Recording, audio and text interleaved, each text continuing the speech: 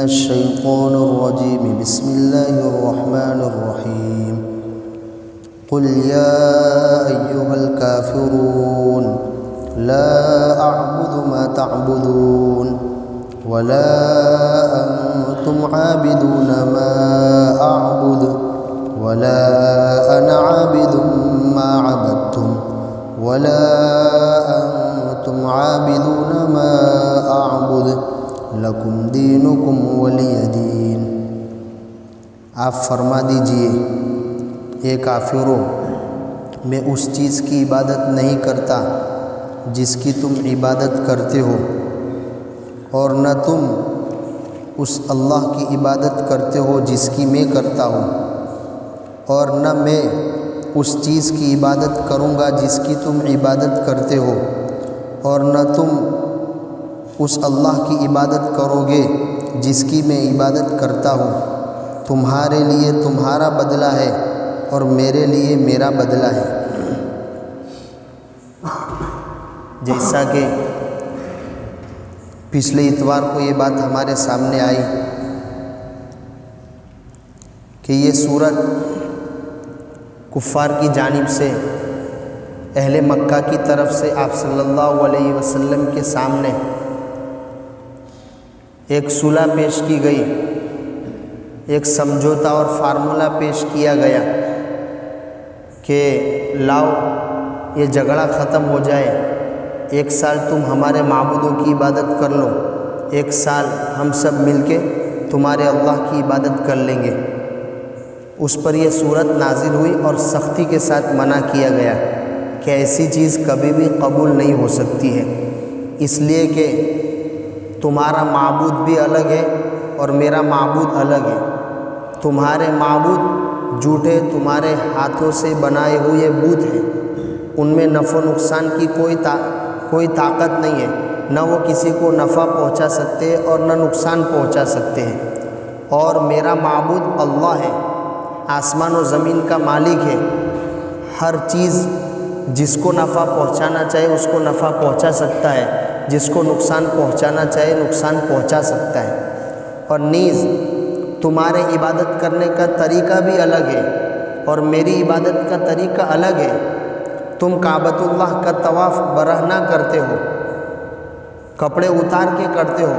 اور اس طریقے سے تم کعبہ کا طواف کرتے ہو، اور دیگر عبادتوں کا جو طریقہ ہے وہ تمہارا اپنا بنایا ہوا ہے، اپنا گڑھا ہوا ہے، جبکہ میرے پاس جو عبادت کا طریقہ ہے وہ اللہ کی طرف سے نازل کیا ہوا طریقہ ہے۔ اسی کو کلمے میں کہا گیا لا الہ الا اللہ، معبود اللہ کی سوا کوئی نہیں، اور محمد صلی اللہ علیہ وسلم اللہ کے بندے ہیں۔ تو یہ محمد صلی اللہ علیہ وسلم اللہ کے بندے اور اس کے رسول ہیں، یہ ہماری عبادت کا طریقہ ہے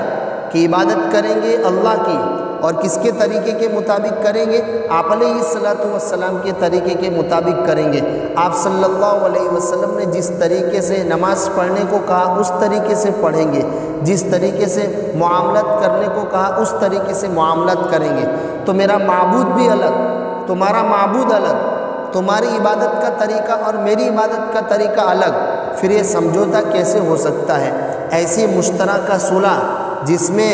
شرک بھی ہو اور وحدت یعنی ایک اللہ کی عبادت بھی ہو، جس میں اسلام بھی ہو اور کفر بھی ہو، ایسا ہو ہی نہیں سکتا۔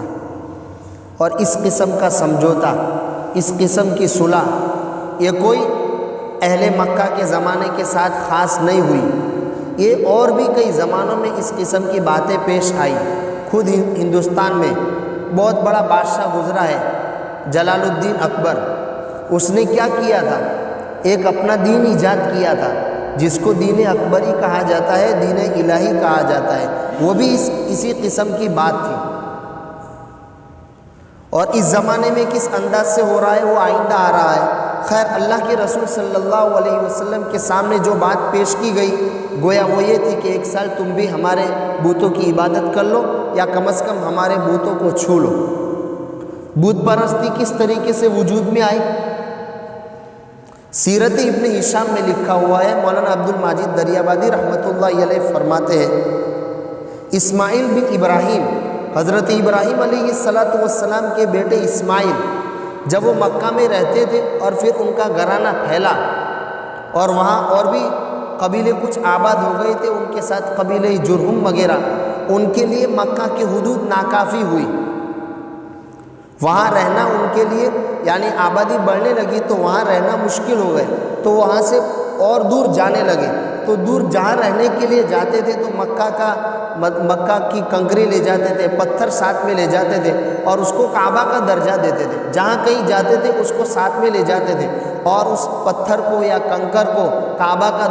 درجہ دے کر اس کی ارد گرد طواف کرتے تھے، اس کی عبادت کرتے تھے۔ اس طریقے سے دھیرے دھیرے پتھر کی پوجا اس طریقے سے وجود میں آئی، اور اس کے بعد رفتہ رفتہ حضرت نوح علیہ السلام کے زمانے میں ان سے پہلے 5 برگزیدہ بندے گزرے تھے، جن کو قرآن مجید نے ایک جگہ وَلَا تَذَرُنَّ آلِهَتَكُمْ وَلَا تَذَرُنَّ وَدًّا وَلَا سُوَاعًا وَلَا يَغُوثَ وَيَعُوقَ وَنَسْرَ کے نام سے ذکر کیا۔ یہ 5 اللہ کے بندے تھے، نیک بندے تھے۔ شیطان نے قوم نوح کو یہ پٹی پڑھائی کہ دیکھو یہ اچھے بندے تھے اور تم ان کے معتقد ہو، تم ان کو ماننے والے ہو اور ان کی چال تم ان کی چال پر چل رہے ہو، ان کے طریقے پر عبادت کر رہے ہو، تو ایسا کرو ان کو اگر یعنی اسٹیچو بنا کر ان کا فوٹو بنا کر سامنے رکھ دوں گی مسجدوں کے سامنے تو نمازوں میں دھیان آئے گا۔ اس طریقے سے یعنی انہوں نے ان 5 آدمیوں کی تصویر بنا لی۔ پھر رفتہ رفتہ جب وہ لوگ چلے گئے تو ان کی اولاد نے شیطان کو یہ پٹی پڑھائی کہ تمہارے جو آبا و اجداد تھے نا وہ انہی کی عبادت کرتے تھے۔ اس طریقے سے رفتہ رفتہ وہ ان 5 جو اللہ کے نیک بندے تھے ان کا اسٹیچو بنا کر انہی کی پوجا پاٹ کرنے لگے اور اللہ تبارک و تعالیٰ کا چھوڑ دیا۔ اور خاص طور پر مکہ جہاں اللہ کے رسول صلی اللہ علیہ وسلم کی ولادت ہوئی، جو آپ کا وطن ہے،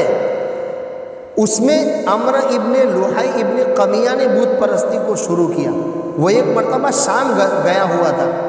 شام میں اس نے بتوں کا تذکرہ سنا اور یہ سنا کہ وہاں بت بنتے ہیں، تو وہاں سے حبل نامی، یہ بڑے بڑے 3-4 بت تھے، اس میں سے خاص ایک حبل نامی بت تھا، وہاں سے حبل نامی بت کو خرید کر لایا اور عین کعبہ میں نصب کر دیا۔ اس طریقے سے عمر ابن لوحی ابن قمیہ کے ذریعے عین کعبہ میں بت پرستی ہونے لگی، اور پھر وہ آپ علیہ السلام کے زمانے میں آگے چلی، پھر آپ نے اس کا خاتمہ کیا، جس کی جانب آپ علیہ السلام کو دعوت دی گئی کہ آؤ 1 سال تم ہمارے بتوں کی عبادت کر لو، 1 سال ہم تمہارے اللہ کی عبادت کر لیں گے۔ تو اس سورہ شریفہ میں سختی کے ساتھ ایسے سمجھوتے سے، ایسی صلح سے، ایسے فارمولے سے منع کیا گیا کہ ایسا موت تک، قیامت تک ہو ہی نہیں سکتا ہے، بلکہ تم شرک پر ہو اور میں موحد ایک اللہ کو ماننے والا ہوں، میں ایسا سمجھوتا قبول ہی نہیں کر سکتا ہوں۔ یہاں ایک بات سمجھنے کی ضرورت ہے، خود اللہ کے رسول صلی اللہ علیہ وسلم کی زندگی میں یہ بات ملتی ہے کہ آپ نے بہت ساری مرتبہ کفار کے ساتھ، مشرکین کے ساتھ صلح کی ہے، جیسے صلح حدیبیہ کے موقع پر آپ علیہ السلام نے ان کے ساتھ معاہدہ کیا، سمجھوتا کیا کہ 10 سال کے لیے جنگ بند، 10 سال تک نہ ہم تم سے لڑیں گے نہ تم ہم سے لڑنا۔ اسی طریقے سے آپ علیہ السلام جب مدینۃ المنورہ تشریف لے گئے تو مدینہ میں آپ علیہ السلام نے یہودی مدینہ سے معاہدہ کیا تھا کہ ہمارا تمہارا آپس کا معاہدہ ہے، ہم صلح کرتے ہیں۔ اسی طریقے سے قرآن مجید کہتا ہے وَإِن جَنَحُوا لِلسَّلْمِ فَاجْنَحْ لَهَا وَتَوَكَّلْ عَلَى اللَّهِ۔ اگر یہ کفار جو اللہ کو نہیں مانتے، مسلمانوں کو کہا جا رہا ہے کہ یہ کفار جو اللہ کو نہیں مانتے، وہ اگر تمہارے سامنے کوئی صلح پیش کرے، کوئی سمجھوتا پیش کرے، کوئی معاہدہ پیش کرے تو اس کو قبول کر لو۔ تو ان روایتوں میں، ان احادیث میں اللہ کے رسول صلی اللہ علیہ وسلم کے اس عمل میں تو یہ بتلایا جا رہا ہے کہ گویا کفار کے ساتھ کیا کی جا سکتی ہے، صلح کی جا سکتی ہے، معاہدہ کیا جا سکتا ہے، اور اس سورہ شریفہ میں سختی کے ساتھ منع کیا گیا کہ کفار کے ساتھ کسی بھی اعتبار سے معاہدہ، صلح اور سمجھوتا نہیں ہو سکتا ہے۔ اس کا جواب خود اللہ کے رسول صلی اللہ علیہ وسلم نے ایک روایت میں دیا کہ کس قسم کی صلح جائز ہے اور کس قسم کی صلح کفار و مشرکین کے ساتھ جائز نہیں ہے، اللہ کے نہ ماننے والوں کے ساتھ جائز نہیں۔ اس کو خود اللہ کے رسول صلی اللہ علیہ وسلم نے ایک روایت میں سمجھا ہے، ایسی صلح جو کسی حرام کو حلال کر دے، یا کسی حلال چیز کو حرام کر دے، ایسی صلح نہیں کر سکتے ہیں۔ یعنی اس کو مفتی سعید صاحب پالنپوری جو دارالعلوم دیوبند میں شیخ الحدیث تھے، جن کا لاک ڈاؤن میں انتقال ہو گئے، بہت بڑے اللہ والے گزرے، انہوں نے اچھے سے سمجھایا کہ ملی مسائل میں سمجھوتا نہیں ہو سکتا ہے، دین کے مسائل میں جس میں ہمیں اپنا دین بیچنا پڑتا ہو، ہمارے دین پر حرف آتا ہو، ہمیں شرک قبول کرنا پڑتا ہو، اس میں سمجھوتا نہیں ہو سکتا ہے، اس میں ہم صلح کسی سے نہیں کر سکتے۔ ہاں ملکی مسائل میں کفار سے ہم صلح کر سکتے ہیں کہ سب مل کر یہ کہے کہ لاؤ، ہم معاہدہ کرتے ہیں کہ اگر ہمارے ملک پر کوئی قبضہ کرنا چاہے گا تو ہم سب مل کے لڑیں گے۔ مسلمان بھی یہ کہے اور کافر بھی کہے، مسلمان اس طریقے کا معاہدہ کافر سے کر رہا ہے تو یہ جائز ہے۔ اسی طریقے سے گاؤں والے مسلمان بھی ہیں اور کافر بھی ہیں، وہ آپس میں یہ سمجھوتا کر رہے ہیں کہ لاؤ ہم اپنے گاؤں کو ڈیولپ کس طریقے سے بنائیں گے، ہم ہمارے بھائیوں کی، چاہے وہ مسلمان بھائی ہو یا غیر بھائی ہو، وہ اپنی تجارت میں آگے کس طریقے سے بڑھے، ہمارا ملک کس طریقے سے ترقی کرے، اس قسم کی صلح، یعنی یہ ملکی مسائل میں صلح مسلمان اور کافر آپس میں کر سکتے ہیں۔ لیکن ملی مسائل جس میں اصول دین پر آنچ آتی ہو، ہمیں شرک قبول کرنا پڑتا ہو یا شرک کی کوئی بات ہمیں ماننا پڑتی ہو، یہ جائز نہیں ہے۔ دیکھو یہاں جو بات اللہ کے رسول صلی اللہ علیہ وسلم کے سامنے پیش کی گئی تھی وہ یہی تھی کہ ایک سال تم ہمارے معبودوں کی عبادت کر لو، ایک سال ہم تمہارے لیے عبادت کر لیں، تمہارے معبود کی عبادت کر لیں گے۔ جیسے کوئی یہ کہے کہ ایک سال، اس زمانے میں کوئی یہ کہے مسلمانوں سے کہ ایک سال تم مندر میں آ جانا اور ایک سال ہم تمہارے کس میں آ جائیں گے، مسجد میں آ جائیں گے، یا جو اللہ کے رسول صلی اللہ علیہ وسلم کا یا ہے کہ حضرت حسین رضی اللہ تعالیٰ عنہ کا جلوس نکالتے ہیں میلاد نبی کے موقع پر، حالانکہ وہ جائز نہیں ہے، لیکن یہ تو یہ سمجھانے کے لیے کہہ رہا ہوں۔ وہ یوں کہے کہ تم ہمارے گنپتی کے جلوس میں تم آ جانا، ہم تمہارے میلاد نبی کے یا حضرت حسین کے جلوس میں آ جائیں گے، یہ اس قسم کا سمجھوتا کسی بھی اعتبار سے جائز نہیں ہے۔ تو یہاں جس چیز سے منع کیا گیا وہ یہی بات تھی، جبکہ آپ نے مدینہ میں جا کے کیا کیا تھا، وہ یہودی مدینہ سے یہی تو کہا تھا کہ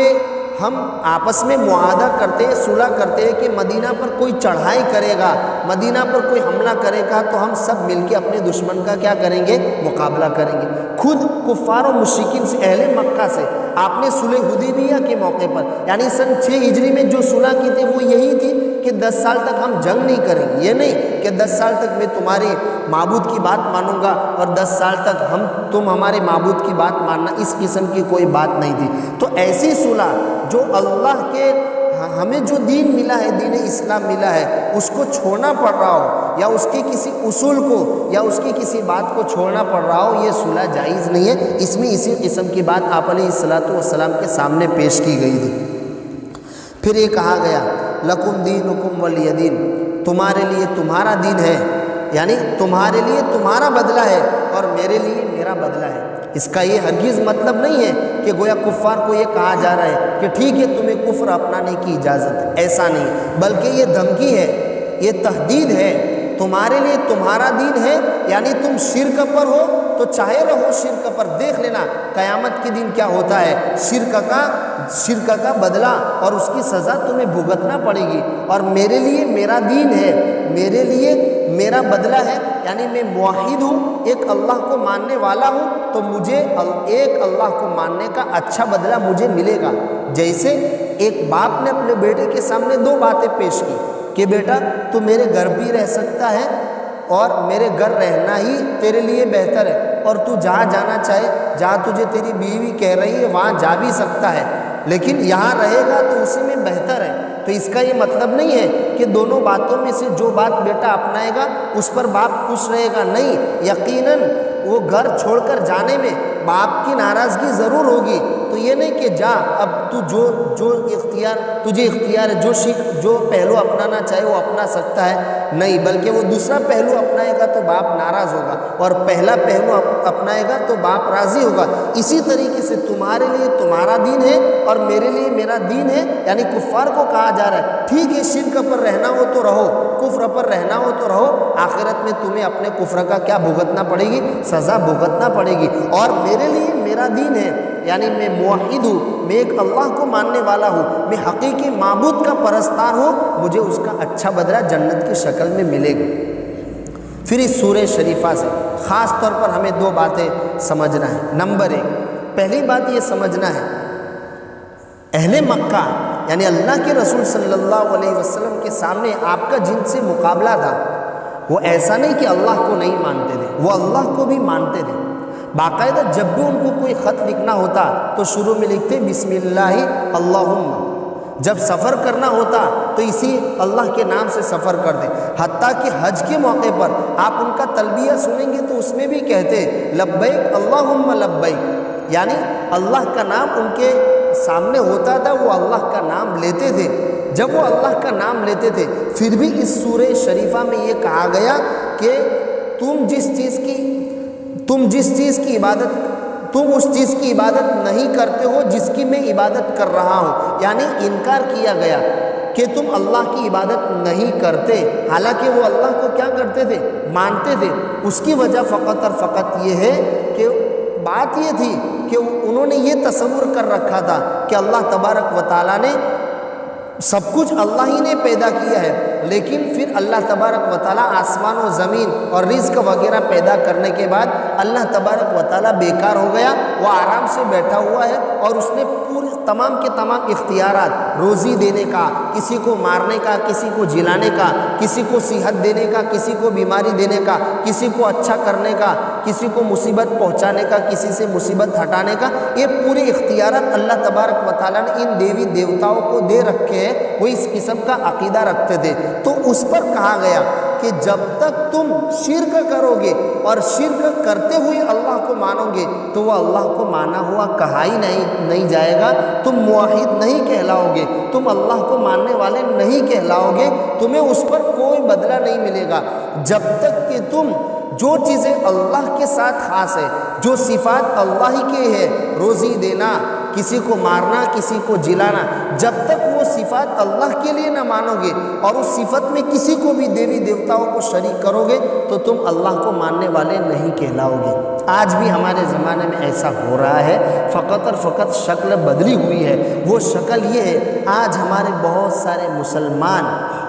حاجت روا مزاروں پہ جا کے اولیاء اللہ کو مانتے ہیں، اپنے یعنی بڑوں کو قبروں پہ جا کے ان کو سجدہ کر رہے ہیں اور ان کے سامنے اپنی حاجتیں رکھ رہے ہیں، ان کے سامنے جا کر اولاد مانگ رہے ہیں کہ ہمیں اولاد دیجیے۔ کوئی کتنا ہی بڑا اللہ کا ولی کیوں نہ ہو، حتیٰ کہ نبی بھی کیوں نہ ہو، لیکن وہ نبی کے مرتبے میں ہونے کے باوجود اللہ کی جو خاص صفت ہے، کسی کو مارنا، کسی کو جلانا، مصیبت دور کرنا، حاجت پوری کرنے والا ہونا،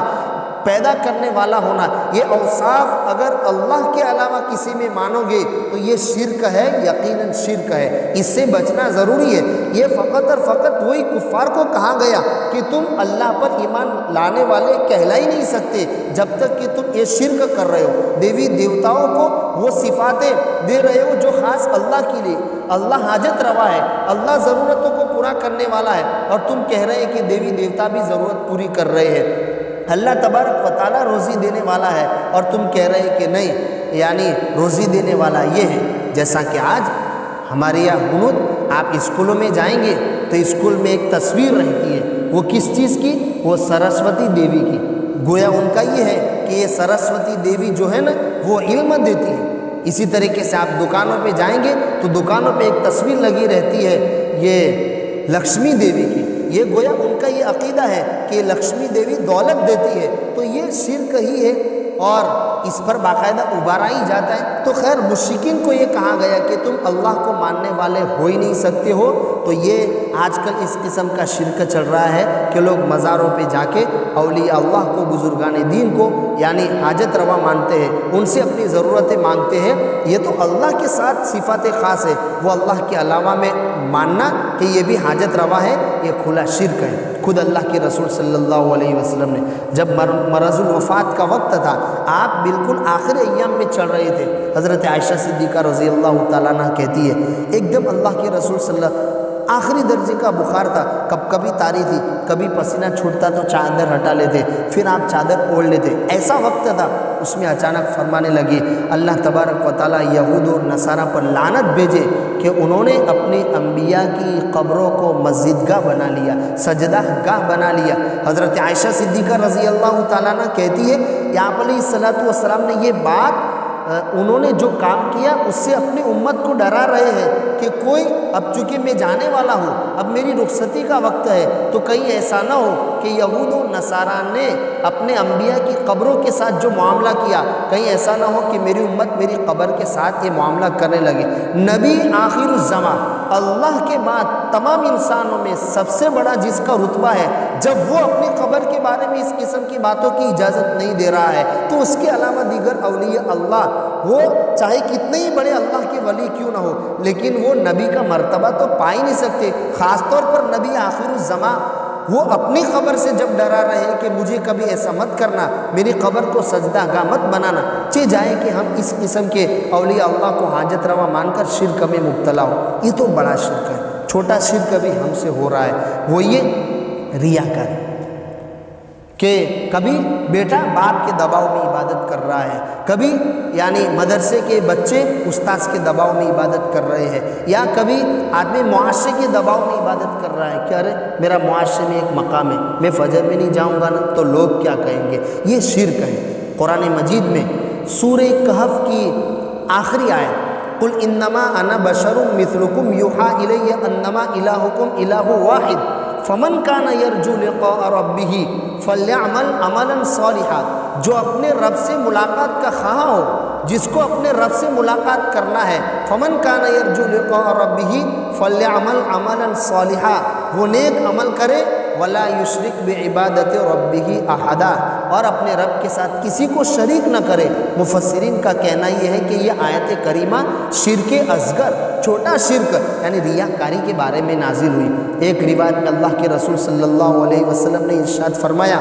جو شخص کسی کو دکھلانے کے لیے عبادت کرتا ہوگا، جس نے اللہ کے راستے میں مال دیا کسی کو دکھلانے کے لیے، جس نے عبادت کی کسی انسان کو دکھلانے کے لیے، اللہ کو خوش کرنے کے لیے نہیں، تو قیامت میں اللہ تبارک و تعالیٰ اس بندے سے یہ کہیں گے جس کو دکھلانے کے لیے، جس کو راضی کرنے کے لیے تو نے وہ عبادت کی تھی، اسی کے پاس سے تو اپنا اجر لے لے، تو نے مجھے تو خوش کرنے کے لیے یہ عبادت نہیں کی۔ تو یہ بھی ایک قسم کا شرک ہے، چھوٹا سا شرک ہے، بڑا تو نہیں ہے، لیکن اس سے بھی ہمیں بچنے کی ضرورت ہے۔ دوسری بات جو اس سورہ شریفہ سے ہمیں سبق مل رہا ہے، آج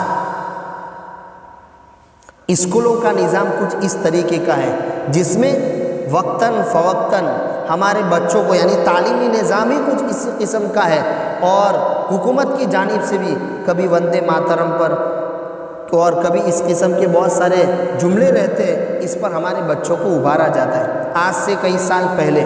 راجیو گاندھی کے زمانے میں یو پی کی حکومت نے یہ سرکولر جاری کیا تھا کہ آج کے بعد اسکول میں آنے والے تمام طلبہ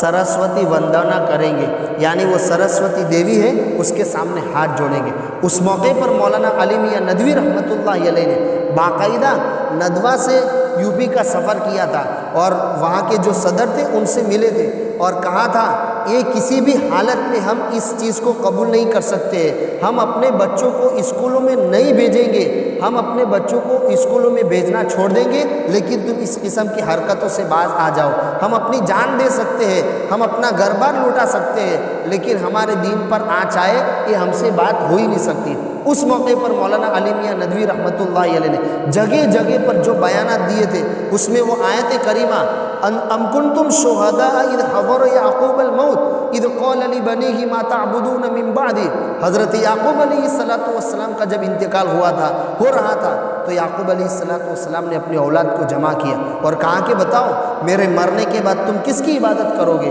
تو سب نے کہا تھا ہم آبا و اجداد ابراہیم کی، اسحاق کی، جو ایک اللہ کو ماننے والے تھے، ہم اسی کی عبادت کریں گے۔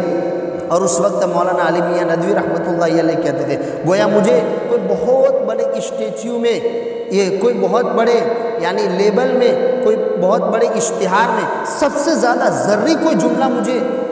لکھنے کو کہے تو میں یہ آیت کریمہ لکھوں گا، ام کنتم شہداء اذ حضر یعقوب الموت اذ قال لبنیہ ما تعبدون من بعدی، کس کی عبادت کرو گے میرے مرنے کے بعد؟ تو سب اولاد نے کہا تھا ایک اللہ کی، جو ابراہیم جن کو مانتے تھے، یہ حضرت اسحاق جن کو مانتے تھے، حضرت اسماعیل جن کو مانتے تھے، ہم اسی کی عبادت کریں گے۔ اس لیے ہم خاص توجہ رکھیں اپنی اولاد پر اور اپنے ننھے منھے بچوں پر، ان کے یعنی اسکولوں میں جانے سے کوئی منع نہیں کر رہا ہے، لیکن ساتھ میں ہم اپنے گھر پر اچھے عقائد ان کے سامنے رکھیں، فضائل اعمال کی تعلیم کریں۔ مدر جتنی پابندی ہم اسکولوں کی کروا رہے ہیں اس سے کہیں زیادہ گنا مکاتب اور مدرسوں کی پابندی کروائیں، تاکہ ایک جگہ سے اگر شرک آ رہا ہو تو دوسری جگہ سے یعنی توحید کی تعلیم کے ذریعے ہمارے بچے سچے پکے موحد ایک اللہ کو ماننے والے بن سکتے ہیں۔ اس لیے خاص طور پر اس زمانے میں چوکنا رہنے کی ضرورت ہے۔ اللہ ہمیں عمل کرنے کی توفیق عطا فرمائے۔ سبحان اللہ و بحمدہ۔